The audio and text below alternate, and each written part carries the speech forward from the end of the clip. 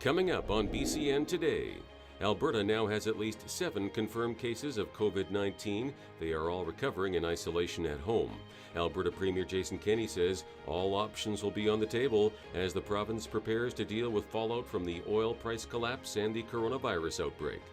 And the federal government has introduced legislation aimed at not only banning conversion therapy, but it will also criminalize the practice. Your Canada. Your Southern Alberta. Your stories. From our studios in the heart of Lethbridge, it's BCN Today with Jeanette Roche. Thanks for joining us. I'm Paul Arthur, sitting in for Jeanette. Alberta now has 7 confirmed cases of the novel coronavirus. One of the confirmed cases is a man in his 40s from the Edmonton area. Although he recently traveled to the U.S., health officials say his infection is more likely to have come from a travel companion who had been a passenger on the Grand Princess cruise ship. The companion is now a confirmed case in BC. Alberta's Chief Medical Officer of Health, Dr. Dina Hinshaw, says the 7th confirmed case is a woman in her 50s who returned from a cruise on March 4th. Her symptoms started after her return. She was tested yesterday at the Calgary Assessment Centre, and her test came back positive late last night. All 3 new cases are in isolation at home and are expected to make a full recovery. These cases are examples of public health in action. Over the weekend, countless hours have been put in by our staff all over the province to make our system work. I particularly want to highlight the incredible work done to get assessment centres running over the weekend, expanding capacity at HealthLink, and tracing contacts of cases. I want to make special mention of our provincial public health laboratory, where capacity for running tests for COVID-19 has dramatically increased. Across Canada, at least 69 people now have COVID-19.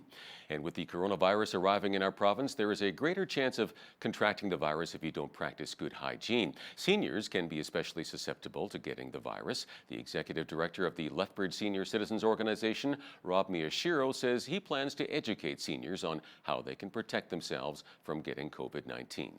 What we're going to do, and we're in the process of, is gathering as much information as we can from Alberta Health Services, Health Canada, and the World Health Organization. We're going to create some information posters and put them all over the building, what to look out for. Emphasize washing hands. That's the biggest and best thing that people can do. If you're going to sneeze into a napkin, and then wash your hands. We're lucky we have hand sanitizer dispensers all over the building. People need to use those. We're not medical professionals and we don't pretend to be. So if there are questions that we can't answer from the information available, we'll get the questions answered somehow. More of our members are computer savvy now, so they can look up information as well. Alberta Premier Jason Kenney says all options will be on the table to rescue his province from the oil price collapse, and he wants the federal government to step up as well. He says those asks will include financial incentives to create jobs, to reclaim orphan wells, along with ways to support businesses such as relief on payroll taxes. Later this week, I will be traveling to Ottawa, and I will present to the Government of Canada and the Prime Minister several actions that are urgently needed to help to protect our economy from the price collapse and the global downturn. We need to work together. And by that I meant we need to work together across the country, federal and provincial governments, and we need to work together as Albertans across our partisan or political differences. So I absolutely do intend to reach out to the Leader of the Opposition, Ms. Notley. It is at moments like this when all of us who are in elected life need to try to park the politics and focus on one thing only, which is the vital economic interests and getting people, protecting people's jobs. Now, that doesn't mean we're going to agree on everything, but this is not a time for partisan politics. This is a time for unity. This is a time for action. We intend to act. This is not just another blip in commodity prices due to an OPEC spat. This is a price war paired with a global demand shock brought on by the coronavirus. In other words, this is a major crisis for an oil-producing jurisdiction like ours, and we need to take it seriously. Now, based on the prices we're seeing today, including changes to the exchange rate and the differential, a conservative estimate is that the projected budget deficit is likely to increase by at least $4 billion. And that, of course, does not take into account any of the spending pressures that also exist in the province now. These challenges, compounded with others' effects, have significant consequences for Alberta. So today I am calling on Premier Kenney to withdraw the budget he presented on February 27th and develop a new plan that responds to the seriousness of what Albertans face today. And there's more bad news from Alberta this morning. Calgary-based Cenovus Energy is cutting its annual capital spending plan by 32% due to plunging oil prices. Cenovus is also temporarily suspending its crude by rail program and deferring final investment decisions on major growth projects. Meanwhile, North American stock markets are rebounding after posting massive losses yesterday. After 30 minutes of trading, the Toronto market was up more than 400 points after tumbling 1,600 points yesterday. In New York, the Dow Industrials were up more than 700 points. It fell 2,000 points yesterday. A flurry of federal ministers, including Finance Minister Bill Morneau, spoke out on the effect of the novel coronavirus outbreak that it's having on tourism and the overall Canadian economy. Morneau says Canada's strong fiscal position gives Ottawa the ability to respond to the challenge, but he did not release any details of what he has planned. I think we need to be thinking about how we respond to events appropriately, and that will not necessarily be just about the budget. So we recognize that there are sectors of our economy that are going to go through real challenges because of the changes right now. So that is clear in the tourism sector, it's clear in the energy sector, and we'll be looking at how we can make sure that we are appropriately dealing with those challenges. I think what I'm trying to say clearly to Canadians is we have a strong fiscal position. We have been lowering our level of debt as a function of our economy for the past 4 years. That puts us in a good position to support people as they go through challenges. It puts us in a good position to support our healthcare system so we can ensure it stays strong. It puts us in a good position to make measures for companies as they face challenges, and of course, puts us in a good position to deal with any potential challenges in the economy. I've had the chance to meet with many businesses that are in the tourism industry. Obviously, they're worried. We understand their concerns, and the idea is to make sure that they know that we've got their back.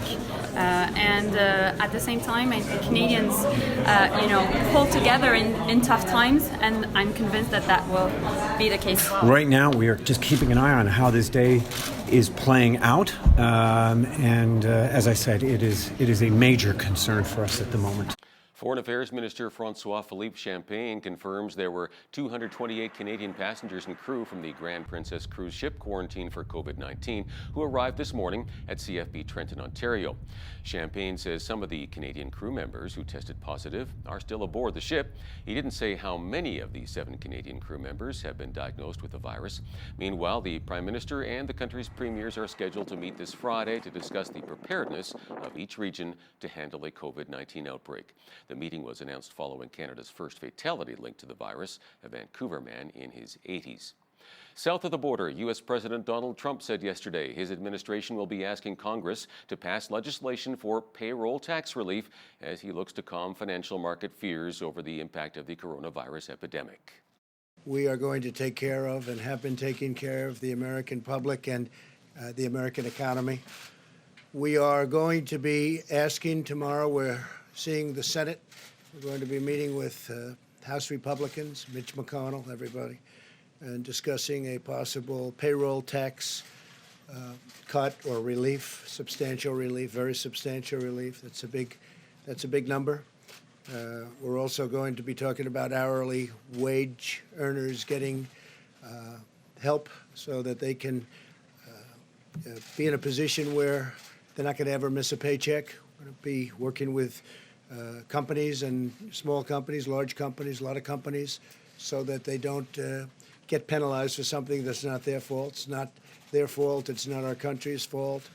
This was something that we were thrown into. And also we're going to be seeing small business administration and creating loans for small businesses. We're also working with the industries, including the airline industry, the cruise ship industry, which obviously will be hit. We're working with them very, very strongly. We want them to travel. We want people to travel to certain locations and not to other locations at this moment. And hopefully that will straighten out sooner rather than later. But we're working with the industries, and in particular those two industries. We're also talking to the hotel industry. In some places actually will do well, and some places probably won't do well at all, but we're working also with the hotel industry. But the main thing is that we're taking care of the American public, and we will be taking care of the American public. The controversy surrounding the Lethbridge supervised consumption site is not going away. There are those who support it in our city and those who vehemently oppose it. Lethbridge City Councillor Blaine Higgins stopped by Bridge City News to say he's happy to hear that the province is investing millions of dollars more to help with the 4 pillars of addiction. I've never said shut it down. The concern I've always had was with the operation of it and how it's operated, the efficiency and the effectiveness of how it's operated. And this review that came out from this panel showed that obviously the cost to per person at this facility as opposed to other facilities is far greater.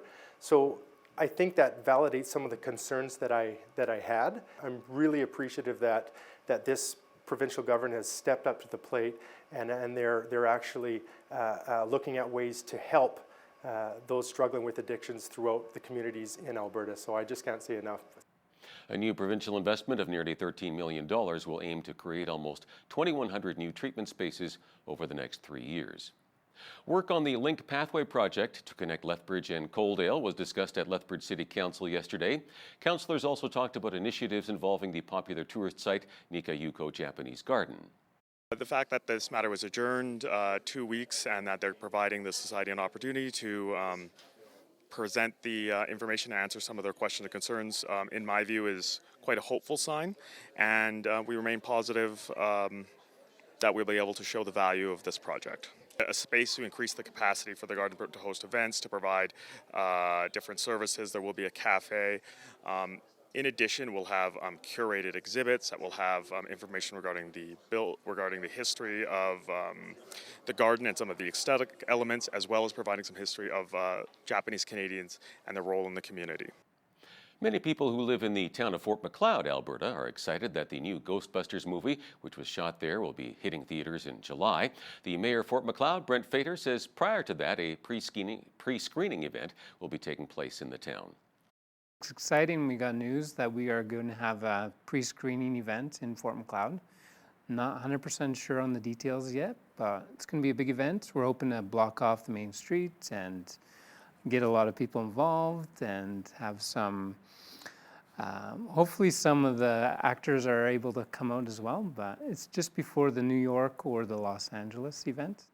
Mayor Fader will also discuss the benefits of living in a smaller town coming up later in our show. The federal government introduced legislation yesterday to impose a blanket ban on causing a child to undergo therapy aimed at altering their sexual orientation or gender identity. The bill would also make it a criminal offense to cause an adult to undergo so-called conversion therapy against their will. The NDP will likely support the bill, as will the Bloc Québécois, but Conservative leader Andrew Scheer says they will wait and see, though he does oppose the therapy. However, there are also concerns being expressed by various faith communities that the bill could potentially threaten freedom of religion and freedom of expression. Conversion therapy is premised on a lie that being homosexual, lesbian, bisexual, or trans is wrong and in need of fixing. Not only is that false, it sends a demeaning and a degrading message that undermines the dignity of individuals and the LGBTQ2 community as a whole. Contrary to what some might say, there is no right or wrong when it comes to who you are or who you love. Conversion therapy has been discredited and denounced by professional and health associations in Canada and in the United States and around the world. It has no basis in science or healthcare practices. Rather, its devastating effects have been felt time and time again by those who have undergone it. When I went through conversion therapy, what I went through was government-sponsored. It was done in the public health system. It was done through the Centre for Addiction and Mental Health in Toronto. It was required to access transition services in Ontario at that time as a youth. My conversion therapy was not just detrimental talk therapy. It was the continual systemic denial of medical affirmations to my gender. My body is a prison because of what my conversion therapist did to me. And I live with that every day. And I don't know if I can truly say that this bill would stop what he did to me. It would stop what happened to so many other people who had conversion therapy happen to them. But I don't know if it would stop what happened to me.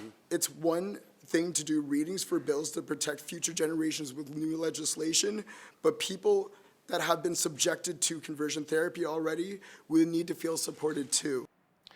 Canada Mortgage and Housing Corporation is reporting that the annual pace of housing starts fell. It dropped by 3,962 units the past 2 months. The total drop to 210,069 units was not as bad as economists had feared. Multi-unit urban starts, including condos and townhomes, fell 6.1%. Urban starts of detached homes rose 11.9%. Russian President Vladimir Putin is supporting a proposed constitutional amendment that would allow him to seek another term and remain in power until 2030. The proposal would either scrap presidential term limits or amend the Russian constitution to let Putin run again when his current 6-year term expires in 2024. Putin is 67 and has been in power for more than 20 years, making him Russia's longest-serving leader since Soviet dictator Joseph Stalin. Well, let's enjoy our average temperatures over the next couple of days, but we do have some cold and snowy days coming our way by the weekend. I'll have the forecast coming up right after this short break. Taking a look at the forecast, a mix of sun and cloud today, along with a southwest wind gusting from 60 to 80 and a high of 8 degrees. We'll dip down to a low of +2 overnight, and then tomorrow morning we're in for some flurries and rain showers, a high of +4, with the temperature falling off to +1 in the afternoon. For Thursday, a mix of sun and cloud, a high of 0. Heading into the weekend, Friday, we'll see some more snow and a high of -11. And for Saturday, even cooler, snow and -17. Sunday, periods of snow and -12. And then on Monday, we warm up some, partly cloudy and -1. Checking the almanac, the average high for this time of year is 5 degrees with an average low of -8. Highest temperature in the state was recorded in 1981 at 17 degrees, a record low -36 in 1951. Sunrise was at 7:55 and sunset at 7:28. Let's take a look at how things are shaping up across the country now. Victoria will see some showers today with a high of 8 and a bit cooler in Vancouver, also with rain and 5 degrees. Sunshine for Calgary and 8 degrees, while Edmonton will get up to +5 with partly cloudy skies. In Saskatchewan, sunshine and 5 in Regina, sunny and +2 for Saskatoon. Sunny and -1 in Winnipeg, and periods of rain in Toronto today with a high of 13. Ottawa will also see some rain today, although somewhat cooler with a high of 7, and similar conditions in Montreal, rain and +8. In the Maritimes, some rain mixed with freezing rain and +2 in Fredericton. A chance of flurries and +4 in Halifax. For Charlottetown, periods of snow and ice pellets with a high of +1. And in St. John's, a mix of sun and cloud with a high of -7. Here's your Bridge City News Community Calendar. The Kinsman Club of Lethbridge invites you to their 6th annual Mardi Gras Charity Gala on Saturday, March 14th at the Sandman Signature Lethbridge Lodge. The evening begins at 5 p.m., where you can enjoy the ambiance of the French Quarter, which will also feature a 5-course Cajun meal, games and entertainment, a silent auction, dance, and much more. Tickets are $80 and can be purchased at eventbrite.ca. Proceeds to go towards the Ready, Set, Go Back to School Fair. For event details, visit the Kinsman Club of Lethbridge's Facebook page. The Lethbridge Association of the Blind provides numerous activities for the blind and visually impaired in the Lethbridge area. These events include dinners with entertainment, theatrical performances, local museum tours, bowling, and much more. For information or to volunteer, call 403-942-1677 or email brownwj@shaw.ca. And that's your Bridge City News Community Calendar. The coronavirus is touching all parts of society, including Hollywood. A press tour for Westworld was cut short. Mulan's release in China has been delayed, and stars including Ricky Martin and Winston Duke say they're taking new precautions on their tour as well. Yeah, I mean, this is the beginning of the press tour, and yeah, everything was pretty much canceled, yeah. I was supposed to go to Brazil this weekend, and that was done, and then South by Southwest, that's gone. It's scary. It really is so scary to see what is happening. Yeah, I think it's best to just, rather be safe than sorry. And I know we'd love to interact with our fans more, but, unfortunately, I think everybody's just taking all the necessary precautions. I think, of course, people are worried. And, my mom and my grandmom, she's still in Wuhan. But thanks for asking. I think people are really careful, taking care of themselves and others, staying home, being really careful, and I'm really touched, and I really hope that this gets better very soon. For the movie, we promote them before we have a schedule, in China, in Europe, but right now maybe probably just in the States, but it's okay. Always believe true yourself, share love, compassion to the world. We need help. It's not today's a problem. It's short time. We need to face to the future. Well, of course, it's completely beyond my control and indeed anybody's control. But I do know that when we do have the opportunity to bring the movie to China, it'll be a great celebration, and it'll be particularly satisfying for all of us who worked on the film to bring it home. Do you guys have any concerns over how the coronavirus will affect the tour? We're gonna, at any point? We're gonna wash our hands a lot. A lot. A lot. I mean, it should be. We're concerned, but we're not gonna stop our lives. Washing my hands more often, using my Purell, covering my face when I'm in super social spaces, on flights, things like that. Just being mindful, not just for yourself, but for others. So if you're gonna, protecting yourself also protects the community that you live in. I think we just need to be more aware of that. And I think what this virus always reminds me of is that we're never alone. We're part of a global community. Anything that affects America affects the rest of the world. Anything that affects the rest of the world affects us. So we need to really realize our proximity to each other. I was supposed to be in Southeast Asia up until a couple days ago, and I was on tour in Australia, and we canceled the Vietnam and Thailand leg of it because why increase your chances? And so far, the coronavirus outbreak won't be stopping the 13th annual St. Patrick's Day Parade in Halifax from going ahead this Saturday. The parade starts at Pier 20, then it travels down to the historic properties with floats, pipe bands, horses, dancers, sports teams, and Irish groups from across the city. A billionaire art dealer who spent decades accumulating the works of Pablo Picasso says he is about to part with one of his 300 pieces. David Namad, who believes he has built the world's largest private collection of the Spanish artist, is set to raffle off a still life that Picasso painted in 1921. Tickets for the charity contest in Paris run at €100 each. Namad told the Associated Press that he will be very unhappy and would like to buy the painting back if the raffle winner doesn't appreciate it. Some people love the excitement of big city life, but there can be some serious benefits to living in a smaller town. Hal Roberts chats with Fort Macleod, Alberta Mayor Brent Fader about that, coming up after the break.